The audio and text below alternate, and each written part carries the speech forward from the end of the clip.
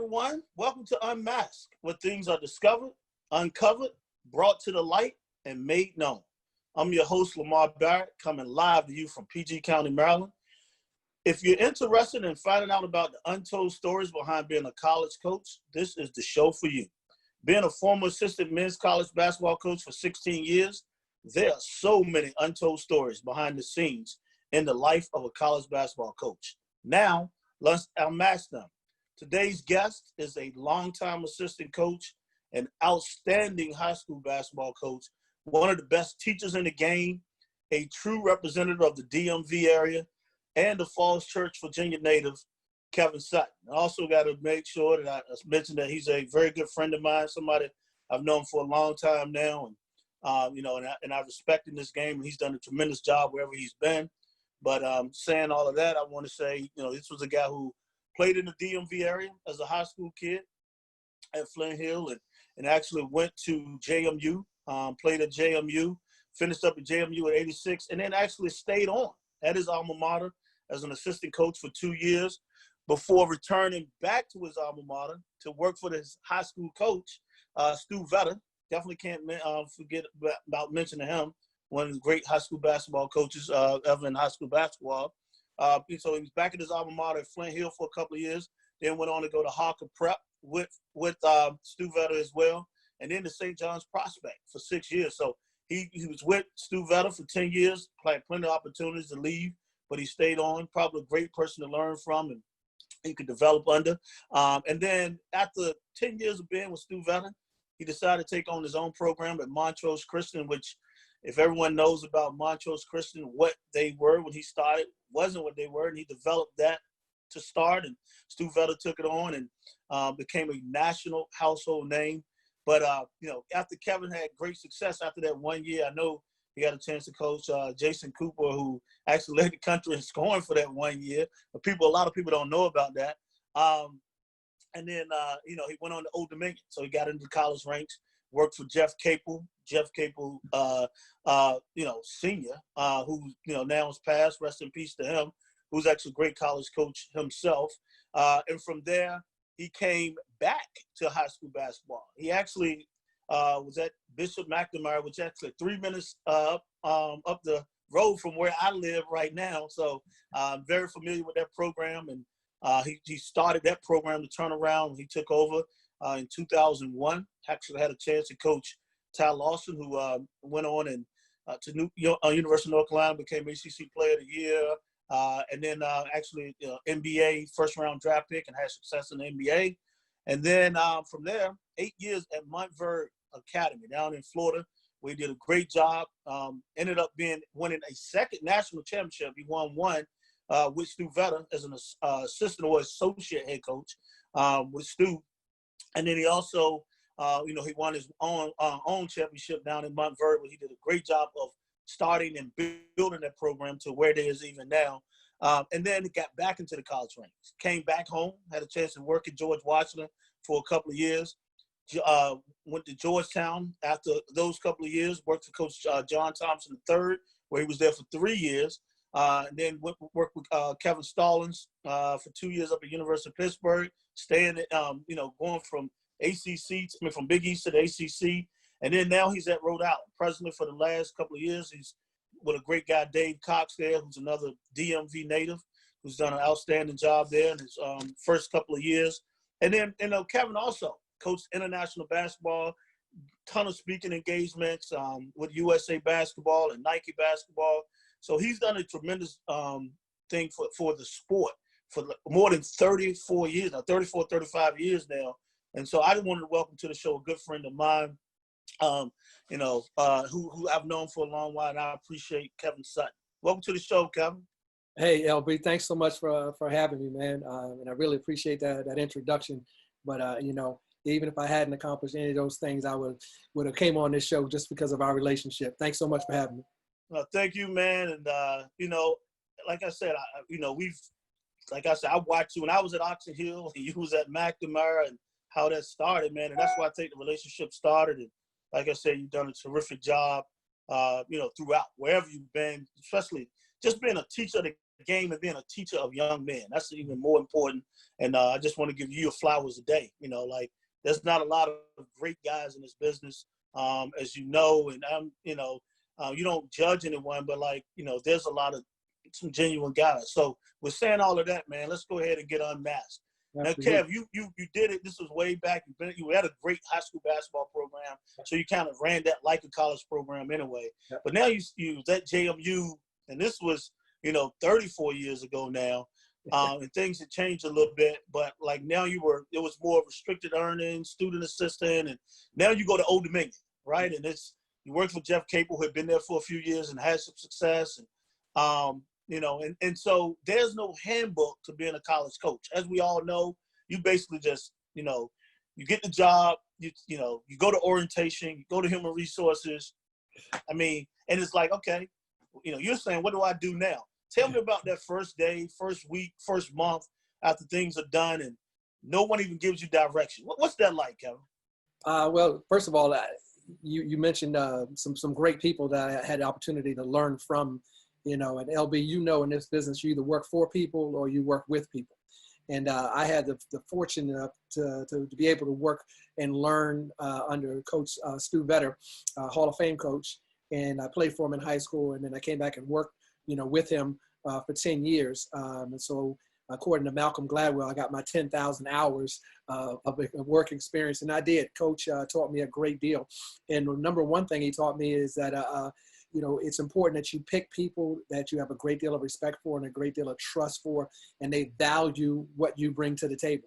So he taught me that. And then when I had the opportunity to go join Jeff Capel, actually he's junior because Jeff Capel III is the head coach of Pittsburgh. So the late Jeff Capel Jr., like you said, rest in peace.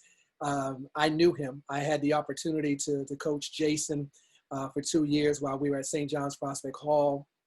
I had an opportunity to develop a relationship with Jeffrey when he was a player at Duke because Tommy Emmerich was my first cousin and he coached him. So I knew the Capel family very well. And I knew that Coach Capel was a man that was going to be able to continue to teach me how to be a professional. And you and I both know there's a huge difference in being a pro and being a professional. And I've always taken a great deal of pride on being a professional.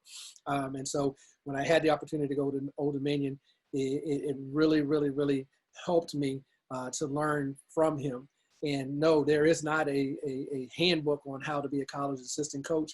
But from my experiences being with Stu Vetter, you know, in high school, when we ran our program like a college program, and I had a lot of involvement, I knew and I saw what a really good assistant coach was and what a bad assistant coach was. And so I knew who I wanted to be when I became a college coach, and I had prepared myself. So when I hit the ground running at Old Dominion University, I was ready to be the best assistant coach I could possibly be. And Jeff Capel Jr. gave me that opportunity.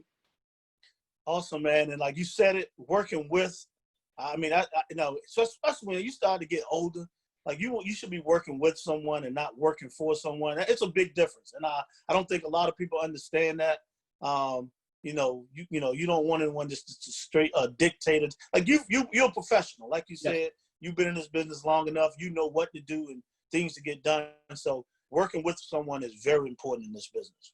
I couldn't agree more. I mean, when you work for someone, that means that they're, like you said, they're dictating to you what to do, when to do it, how to do it. But when you work with someone, that means you're in the trenches with them, side by side, offering them suggestions, offering them, you know, ideas, different ways to, you know, skin the cat. And what you bring to the table is value. So the one thing that I've always tried to put myself in a position is to work with people, and I couldn't put it any other way. When you work with people and you're valued, then you're going to enjoy that experience so much more and learn a great deal as well. True. We all know that recruiting is the is the backbone to success. Like you got to be able to recruit good players in order to win, and good people, not just good players, but good people to be a part of your program and be successful. You know. But what was your best and worst recruiting story?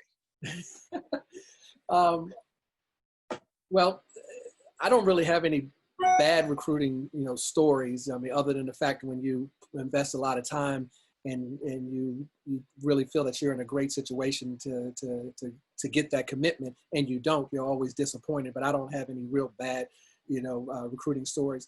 Some of the best recruiting stories that I have are, when you identify a kid early and you are able to identify who is in a circle of influence, and then from that circle of influence, you identified the person who is the total influencer, and you get all those things lined up, and then you're able to secure, that recruit. That brings you a great deal of satisfaction, and I've been able to do that, throughout my coaching career, primarily because you and I grew up in the DMV area, where high school basketball is totally different than most areas. You and I have spent many a day shoulder to shoulder watching a lot of 8th grade basketball. So when we entered into college, we already knew what recruiting was about. And so that's when I established, my identity of being able to evaluate talent, and I know exactly what I'm looking for. Probably one of the best recruiting stories is, when I was at Bishop McNamara, I just came back into the Washington, D.C. area, and from Old Dominion, and there was a young man by the name of Tywan Lawson, who everyone was saying was a top 8th grader coming out of high school, and he was slated to go to Bishop O'Connell High School, and which is also in the WCAC, and so I said, okay, and I knew exactly who I was up against, and Antoine Jackson, who's an assistant coach at Virginia Tech, was my assistant at Bishop McNamara, and our staff identified Tywan, and we literally watched him play 50 middle school games, and LB, 1 for evaluation and 49 for pleasure. And we touched on every person, and we ended up getting him because we identified the influencer in the whole situation was his middle school janitor, who used to open the gym up for him at Gwen Park Middle School. And we identified him, and Antoine found out, and we just worked it, and we ended up getting Tywan Lawson. And then I tell a story to everybody that I had him for 1 year because I was the genius who left him and went down to Montverde when nobody knew where that was. But I knew Ty was going to end up being a McDonald's All-American and eventually a really good player at Carolina and on to the pros. So that's just one recruiting story from when in high school. And then I'm really proud of, I had a huge hand in the recruiting the George Washington freshman, the class that ended up winning the NIT. Patricio Garino, I had met when he was 13 years old, playing for Argentina when I was assistant coach for USA Basketball. Kevin Larson played for Coach Vetter. And then we had Joe McDonald was in that recruiting class. And those 3 players were the cornerstone of a resurrection of George Washington's basketball. Those 3 players were 4-year starters. All 3 players graduated. All 3 players scored over 1,000 points. And all 3 players made an all-league team, whether it be first team, second team, or all defensive team. So that's what I'm probably most proud of. Awesome. And I remember George Lawson because we were saying if you go to public school, George, we got to have him. So I remember those days. What, like everyone understands, you're a family guy, you're a man of faith. So, and a lot of times people don't understand this, how this business is. There's no days off. Like a lot of people, friends, like, man, when can you go to this place? Can you go to that place? Or what is it like when the season is over? What's your downtime? There is no downtime. So like, what did you have to give up achieving your current level of success? First of all, that's a great question. And first thing that I say is to anyone is, love the game. And that's the reason why we played it. And that's the reason why we got in it, in this business of coaching. You love the game, but you better learn quickly that it is a profession, that it is a business. And so you have to conduct yourself in order to stay in this business, and you have longevity. And I always tell people when they ask me about how did I navigate my career and how I've been able to be successful, I ask them one question: how important is longevity to you? And they don't understand that. They think I'm going to tell them some slick way to do this or slick way to do that to get you know, from point A to point B. But in actuality, longevity, if you is important to you, then you'll take the necessary steps to systematically navigate your career. For me, I don't compromise on my faith. And so I want to make sure that I make sure I let everyone know that my faith is really important to me. I had to have a long, hard talk with myself to see what my negotiables were and what are my non-negotiables. And so my faith is my non-negotiable. My family is my non-negotiable. And I'm fortunate enough that I can be transparent in who I am and be who I am wherever I am. And the coaches that I've worked for have always understood that. The things that I've had to give up, obviously, you know, you can't be at everything for your family, you know, and so you have to make sure that you take advantage of, if you're going to miss a birthday, that you are proactive and try to celebrate the child's birthday, you know, before the actual birthday that you know you're going to miss. You know, so you got to try to think out the box. You got to include your family as much as you possibly can. If there's a trip that you're going to go on and you're allowed to take them, you know, and try to include them as much as you can. But the most important thing that has been successful for me is try to be present as much as you possibly can in the present moment. There are no days off, like you said, but when you're present, be as present as you possibly can in that moment, and just communicate. Awesome. And next question that deals with, you know, I always say you're a great teacher. I know you're doing, you know, recruiting, and now scouting plays a big part of, you know, success too. So, you know, a lot of times, you know, a lot of people don't understand. Some of my friends who now see it like, wow, you put in that much time on a scouting report or things of that nature, getting prepared. So, can you remember a time, like, what was your best and worst scouting report? And the reason why I asked that, because sometimes you can put the best scouting report together. You go out and you might play one of your worst games. Just because, I mean, the players are going to determine the game a lot of times. Like, and then you can do your worst scouting report. And I'm not going worst, but from the standpoint of, you know, you missed some things here and there, but you might have won by 20. So what was your best and worst scouting report? Well, I mean, first and foremost, again, back in high school, you know, in our area, you have to, you learn so much because it's the highest level of high school basketball. You know, I tell people all the time that the WCAC is like the ACC of high school basketball. So we were doing scouting reports back then.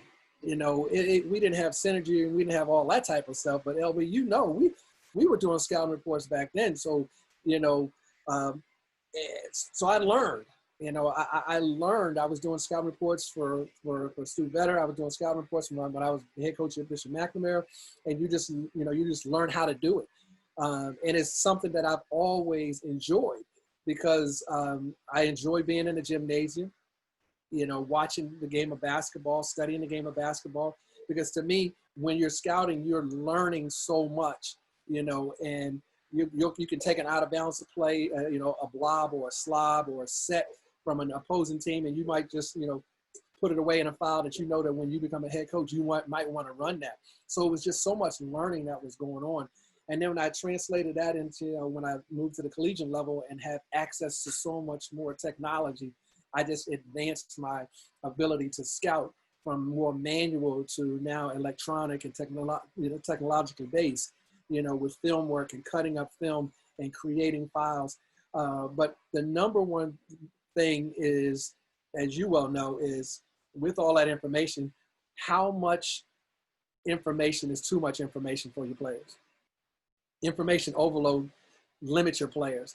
So you as a coach and me as a coach, we will watch a ton of tape, okay? And we will gather as much information, as much intel as we possibly can, as all the way up to the day you're playing an opponent. You're looking on their game notes to see if there's anything that can give you an advantage.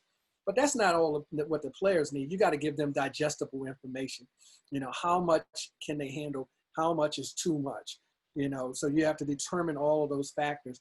And so some of the clearly some of the best scouting reports that I've done have led to us winning. But, you know, and some of the scouting reports that I thought were pretty daggone good. We didn't win because at the beginning of the day and at the end of the day, it's the players that are on the floor, just like you said, and their ability to digest the information and then execute the information.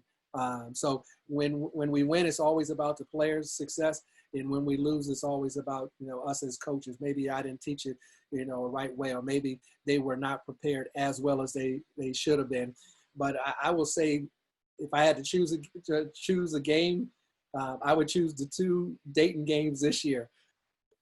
They were phenomenal. We were prepared. They were just better. So we lost.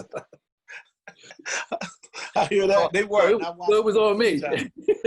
I watched them a few times this year. I mean, it's, I would say that, like, I looked at them and I probably saw them 3-4 times this year, just, scouting over top. And I thought they were one of the best. I thought they had a chance to get to the Final Four. I mean, they were that good. And yes. To see what Anthony Grant did, his first year at Dayton, we played them down at the Charleston Classic. Yep. I remember. And they were totally different from when he came back into college coaching 2 years later. Like, I mean, one of the top teams in the country. That was an amazing job he had done. Yeah, so. You know what, LB? I totally agree with you. I've known Anthony for a long time, and I have the utmost respect for him.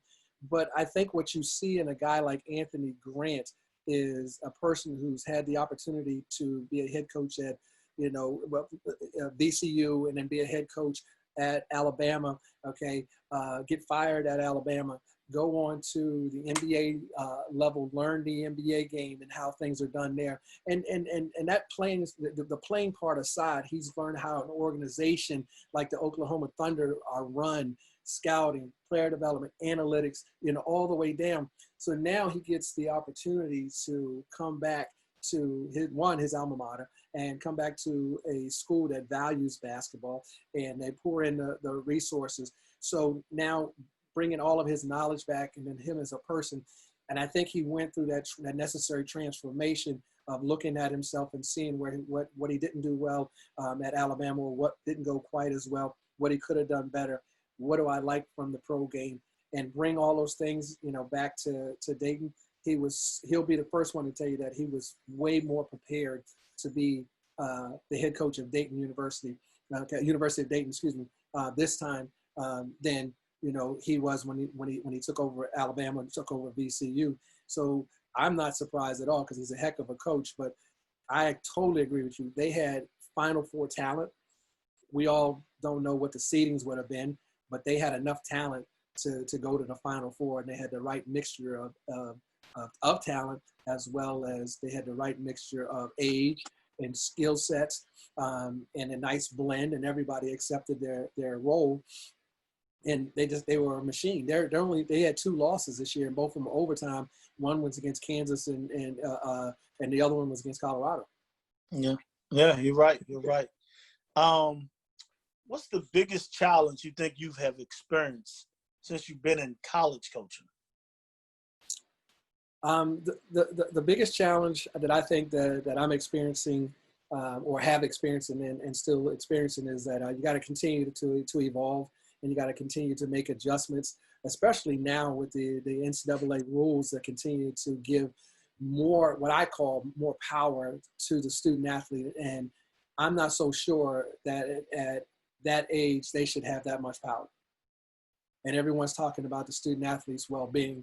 And I'm all for that. You know me, I'm all for, impacting lives through the game of basketball and creating living trophies in these young men, but now I think they're given way too much power that they are ready to be able to handle, with different sets of, rules. And, we are, as college coaches, it's all about roster management. That's all we do.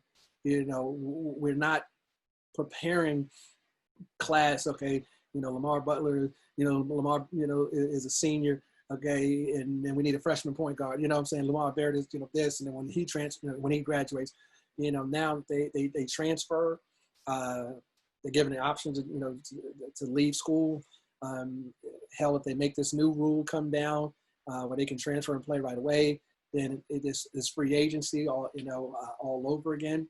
And so the kids really have the power. And then the social media piece is just unbelievable.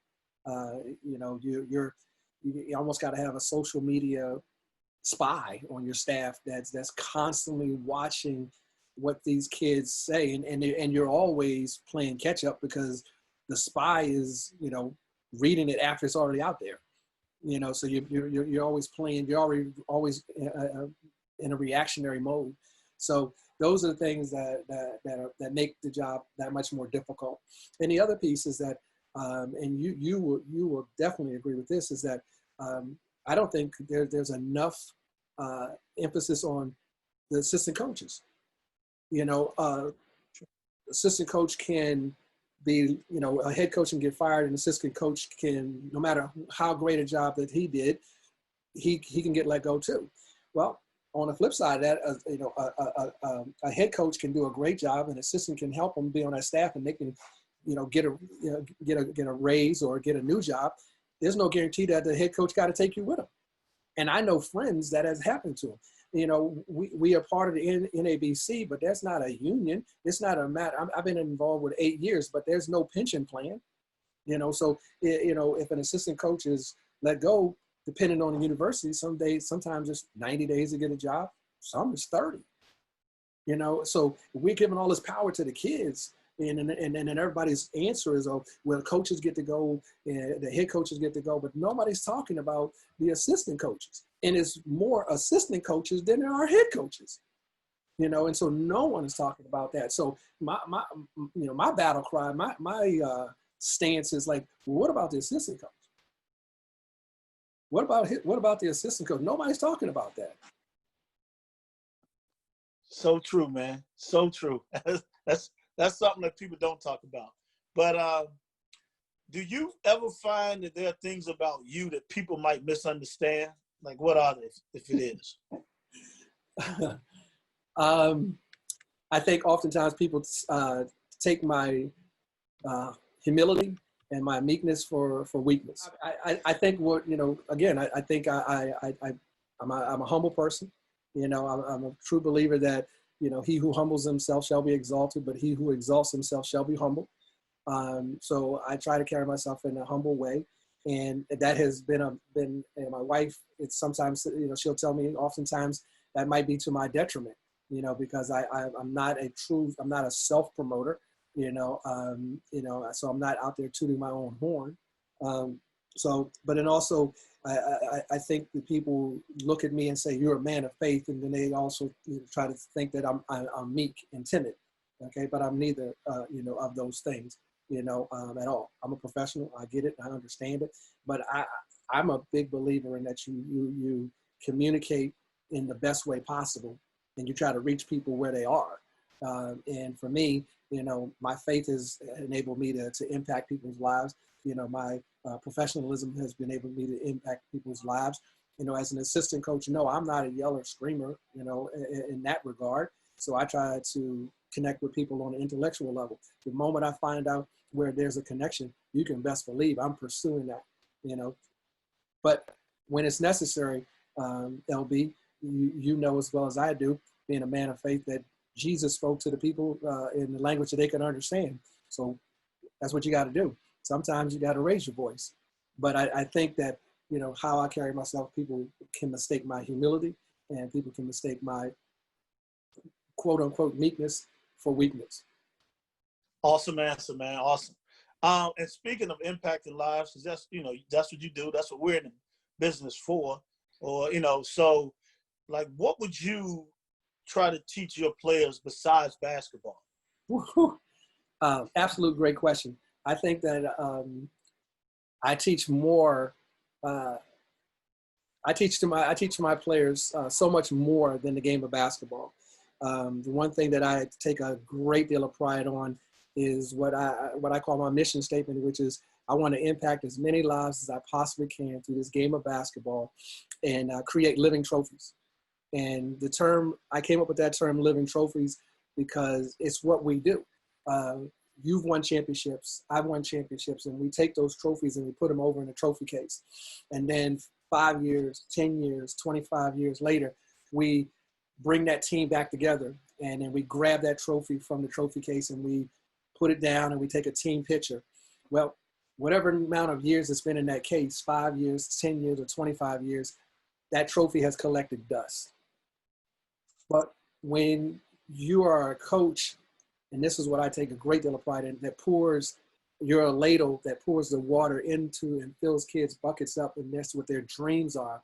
And then 5 years and 10 years and 15 years, 25 years, they go off and become what they told you. Coach, I want to be a doctor. Coach, I want to be a lawyer. Coach, I want to play at Harvard. Coach, I want to play at Duke. Coach, I want to play in the NBA.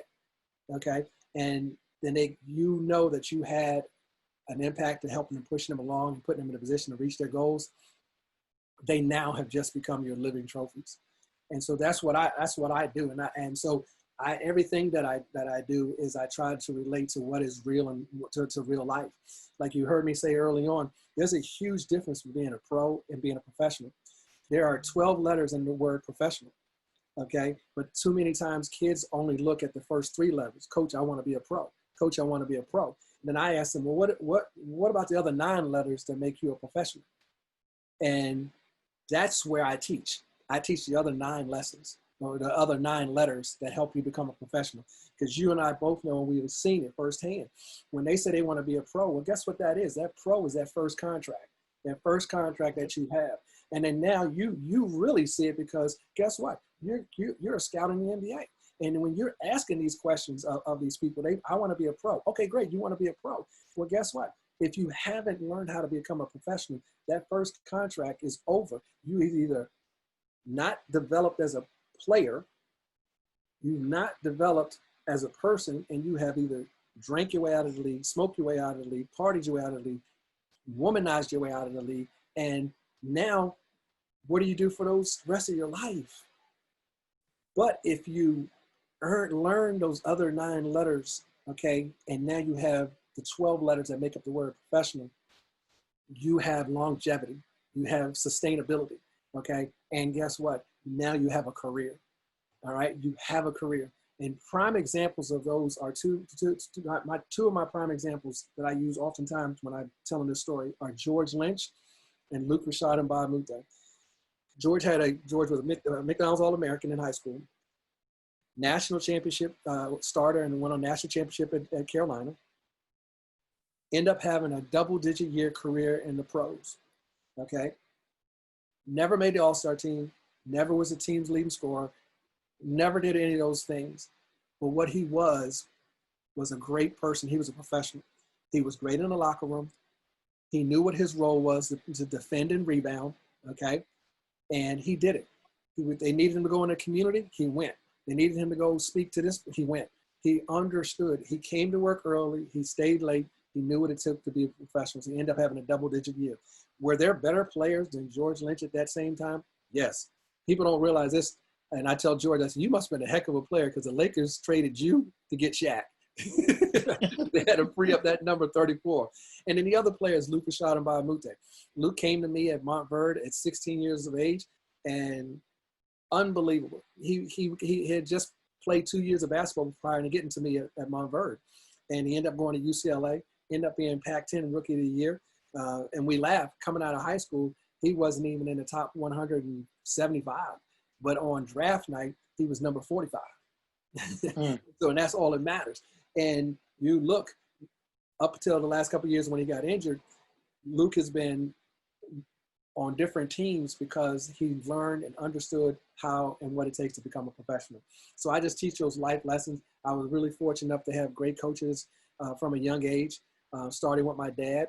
My dad was my first coach. And, being, with a son of a coach, you get information before the game, right into the game, during the game, and after the game. And I call it left ear wisdom, because you're sitting in the passenger seat and he's talking into your left ear and you're looking out the window because he's just continuing to talk. And my father spoke in more parables and riddles than Jesus himself sometimes. Apple doesn't fall too far away from a tree unless it's on a hill. You can lead a horse to water, but you can't make him drink until he's ready. If you're ever walking down the street and you see a turtle on top of a fence post, you know he didn't get there by himself. All these things. And I swear to you, LB, it was just going in this ear, and I'm like, I don't know what he's talking about. But then when I became a coach, I was so blessed that he sat right here, and all that knowledge that went in this ear, it didn't go out that ear. It stayed right there. And so I use all those lessons to teach my players, you know, how to become a professional and how to use their platform and what do you want to be, and don't allow the game of basketball to use you. Use the game of basketball, and every time that you have a chance, we must educate, we must empower, and we must eradicate as much social injustice as possible. Wow, deep, powerful, and people, that's jewels that you drop. People need to listen to those. What are your best and worst memories in coaching that you can remember? I've only had great memories. I've been really fortunate enough to only have, you know, great memories, because even when we lost games, there was a lot of growth in that. There was a lot of learning in that. And even when I got fired, okay, or was on a staff that got fired, initially, as you well know, that stings. And the very first time, it just really, it affected my ego. Because I had never been fired before. I've been on a staff that had been fired before, so it affected my ego. But then I learned that, you know, the longer you stay in this business, it's inevitably going to happen. And then you're able to learn from that experience, what could we have done better? And then you just try to, next time, not allow that to happen. But sometimes there's things out of your control. So, you know, those would probably be the worst things that have happened. Losing and being on staffs or you know, being fired. But I only had, you know, great memories. I won a lot of games, but more importantly, I have created living trophies that are I have far more living trophies than winning my coaching record or being a part of winning teams as an assistant coach. I only have great memories, you know, of that. So far more living trophy memories, positives. Awesome. Biggest accomplishment you think you have experienced since you've become a college coach? Biggest accomplishment. It would have to say, I would have to say just the impact that I've had on each of the programs that I've been a part of, and just the impact on the community, and the impact that I try to have. You know, when I say the programs I've been a part of, not just the players, but the school as well as the coaching staff, I think I've left an impression on all three of those. And then again, with the players, LB, you know me. That's my biggest thing, is I want to have a lasting imprint and impact on the young men, because I say this and you'll understand it. I'm a selfish coach. And the reason why I'm a selfish coach is because I have a young daughter now, you know, and I don't know which one of these young men that I coach and have coached throughout the years, and many of them are in coaching now, could be her coach if she decides to go into basketball, or they could be, you know, if she decides to be a teacher, or if she decides to be a principal, or whatever she decides. I have young men and young ladies that have used the game of basketball to become my living trophies and gone on to very, very successful careers. So I know that if I pour it into them, and if my daughter has the opportunity to learn and be in their classroom or be under their tutelage, I know that they're going to pour into them, pour into her. So I do what I do selfishly. I pay it forward with the hopes that she does have the opportunity to learn from one of my living trophies. Awesome. And I got to ask this just because I think you're going to be I've always thought you'll be a head coach at this level, college level. Great high school coach, been a great assistant. and you work for a great guy, and Dave Cox. So, Dave, we're not talking about you. He's so I'm thinking on a head coaching level, and like if you had a chance to work for anyone in men's college basketball, like who would that be? And I'm asking that's why, and that's from what AD. And I know you've been through some stuff, but you've come across some ADs. Like, who you think would be a great AD to work for, especially as a head coach? A great AD. Let me see here. And I know y'all got a good one at Rhode Island. Yeah, so unless Dave getting a job going somewhere. Yeah, Thor Bjorn is a very good athletic director. Let me see. Marvin Lewis. I would love to work for Marvin Lewis, and the reason why is who he's going to be an AD soon is Marvin Lewis is one of my living trophies. He played for me at St. John's Prospect Hall as a sophomore. As a freshman, he was on my JV team, and then as a sophomore, he was on the varsity team in 1998 when we won a national championship. And then he came in 1999, was a junior with Jason Conley. Jason Conley was a senior and led the nation in scoring when he went to VMI. Marvin was a junior on that team, and Marvin is an epitome of a student athlete. And now he is had a great career at Georgia Tech, and now he's the associate athletic director at Georgia Tech, and he's going to be an athletic director soon. So that would be the athletic director that I would want to work with, to build a basketball program, because I think we have great synergy. And then the other part of the question, yes, working with David Cox has been a tremendous 3 years here, and I hope it lasts longer until I become a head coach. But if there was another head coach that I would love to be a part of his staff, that would be Tommy Emmerich. Great mind.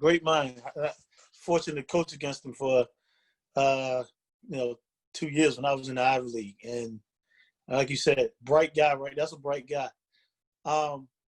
It's interesting, like in this, you said something, and I remember. Marvin Lewis, I remember when he was a player, like, how good he was.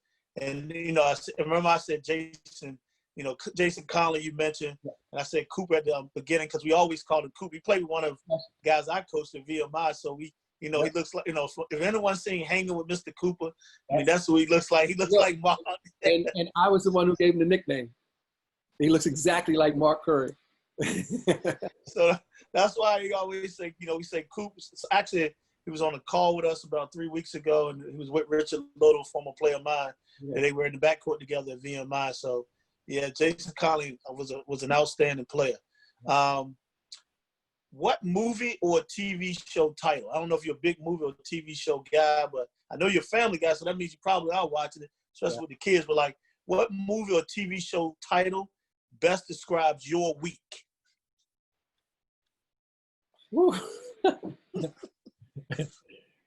Blackish. Okay, I like it. That is it. I think that's a great show, and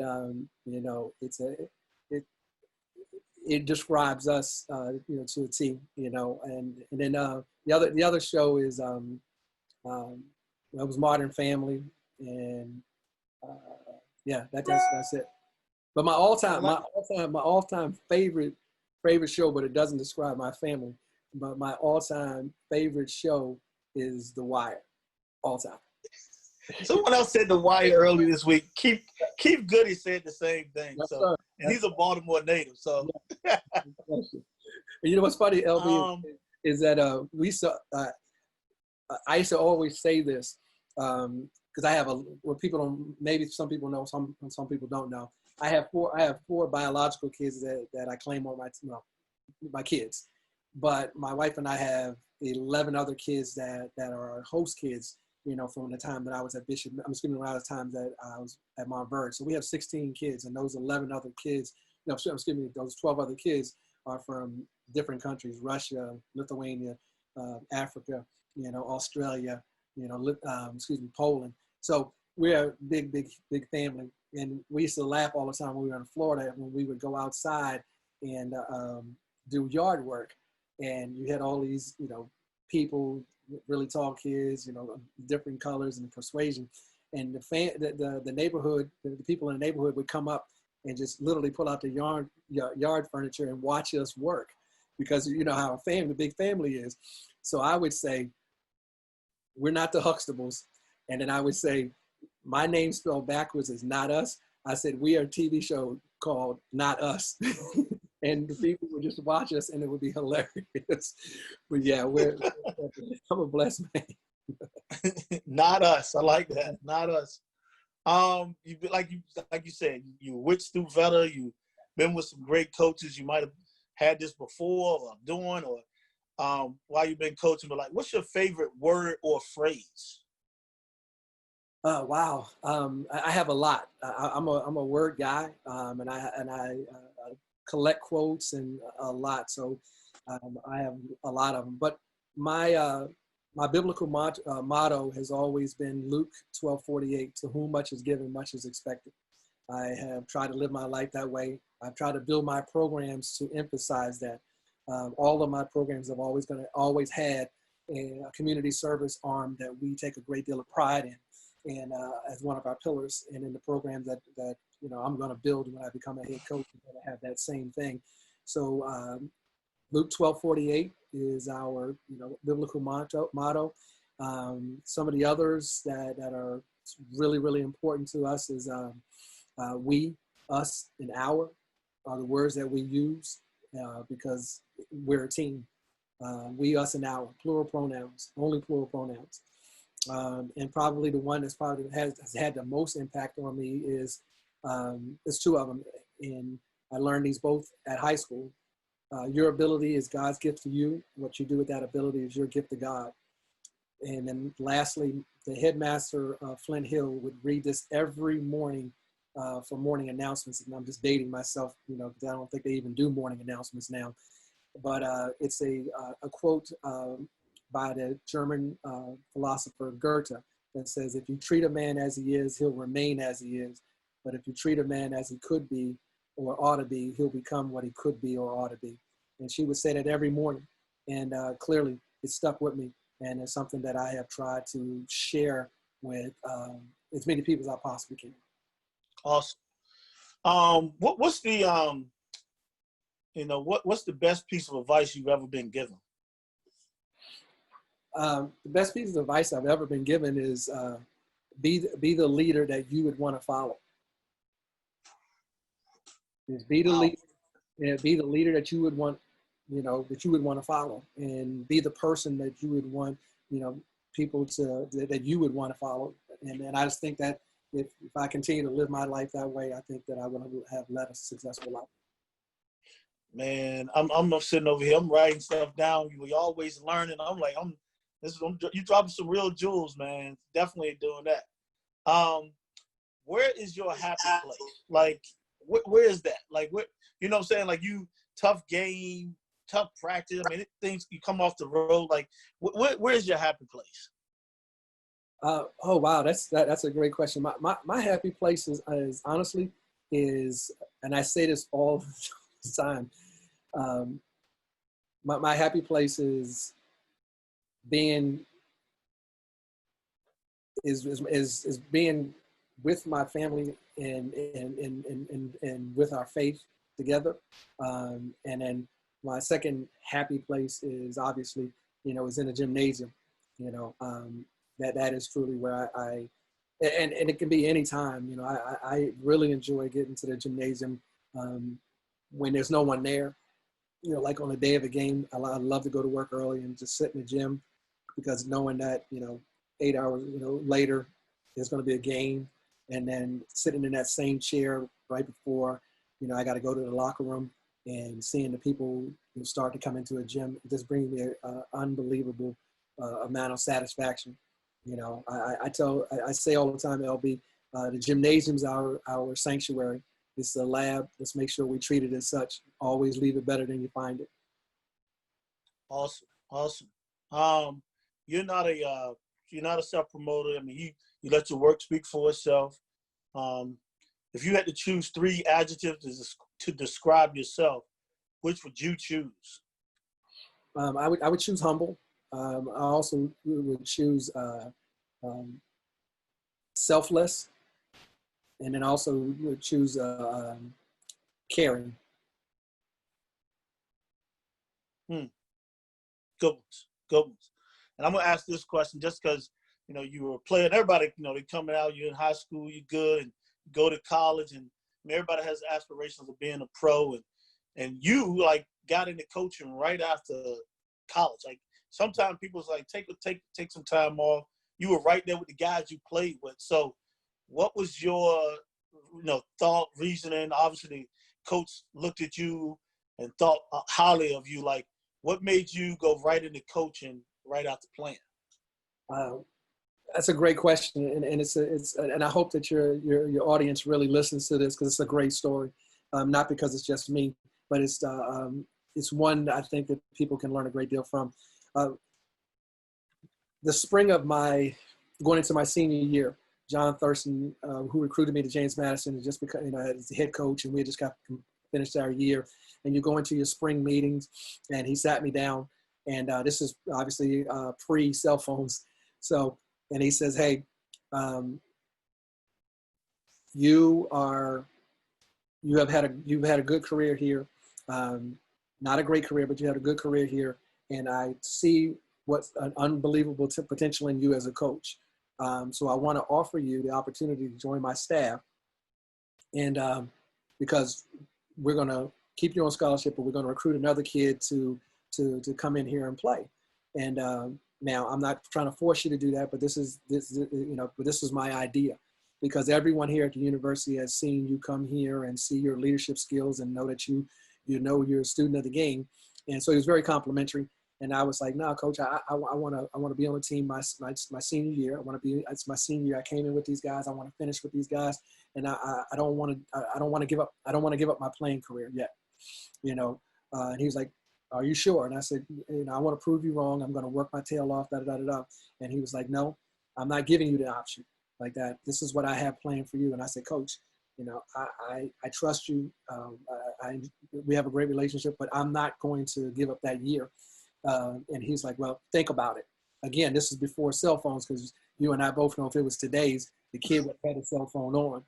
So I get up and drive back to my apartment. I was living off campus. Drive back to my apartment, and I call my mom. And never forget, I called my mom, and they knew I had this meeting, and she said, "Well, how'd the meeting go?" And I said, "Coach want to try to take my scholarship, trying to run me off the program." And then she was like, "Well, I only have one question for you," like that. And I said, "Yes, Mom." And she said, "Are they going to keep you on scholarship?" And I said, "Yes." And she's like, "Oh, well, here's your daddy." So my dad gets on the line, and he had already heard the story. And he said, "Well, what did you tell him?"